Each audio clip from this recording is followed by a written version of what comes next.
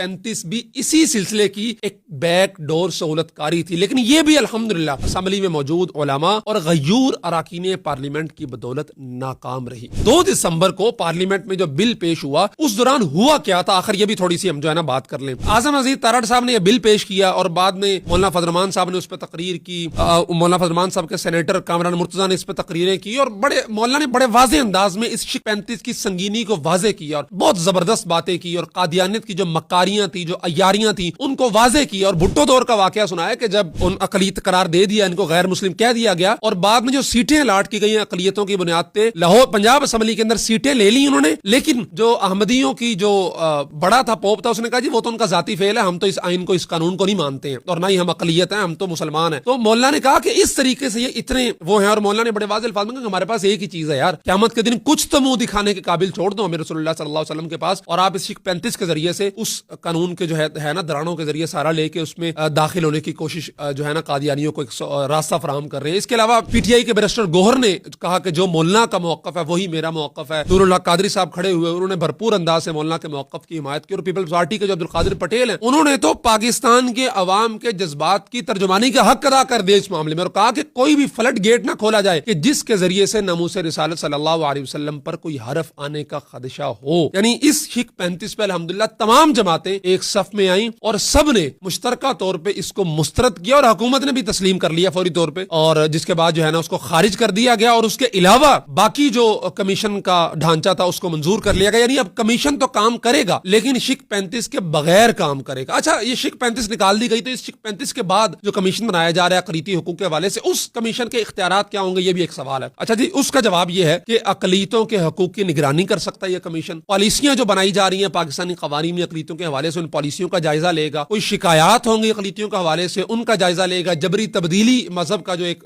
پاکستان میں بہت الغلہ ہوتا ہے ان چیزوں کا جائزہ لے گا، امتیازی سلوک جو کہتے ہیں کہ جی اقلیتوں کے ساتھ ہو رہا ہے اس کی تحقیقات کرے گا، سالانہ رپورٹ ان ساری چیزوں کی پارلیمنٹ کو جو ہے نا وہ پیش کرے گا، اس سلسلے میں گواہوں کو طلب کر سکتا ہے، دستاویزات مانگ سکتا ہے سرکاری اداروں سے، پارلیمنٹ سے، دیگر چیزوں سے۔ تو یہ اس کا دائرہ کار ہے، بنیادی طور پہ ایک سفارشاتی کمیشن ہے اور یہ سفارشات پیش کرے گا، اس پہ عمل درآمد کرنا، اس کو ماننا نہ ماننا آگے پارلیمنٹ کا جو ہے نا وہ اختیار ہوگا۔ اور شک 35 اگر منظور کر لی جاتی تو پھر اس کی سفارشات قانون پر غالب آتی، لیکن اب شک 35 کو نکال دیا گیا تو کمیشن کی جو سفارشات ہیں وہ اب کسی بھی قانون پر غالب نہیں آ سکیں گے، یہ جرمانہ نہیں کر سکتا، یہ سزا نہیں دے سکتا، یہ صرف بنیادی طور پہ سفارش کر سکتا ہے۔ اب یہ قانون اقلیتوں کے حقوق کے تحفظ کا مضبوط سہارا بنے گا، جو ایک خدشہ تھا وہ خدشہ ٹل گیا، لیکن اس کے ساتھ ساتھ یہ بھی ثابت ہو گیا کہ قانون ساز اداروں میں علماء اور مذہبی طبقے کی مؤثر نمائندگی کتنی ضروری ہے۔ مغربی آقاؤں کے اشاروں پر چلنے والے لوگ آئین کو بگاڑنے اور دین دشمن قوتوں کے لیے راہیں ہموار کرنے کی کوششیں ہر وقت کرتے رہتے ہیں، لیکن اللہ کے فضل و کرم سے چند داڑھی والے کوئی علماء، کوئی بوریا نشین، گدی نشین لوگ بیٹھے ہوئے ہیں، وہ پگڑی والے، وہ مذہبی ذہن کے لوگ، خواہ وہ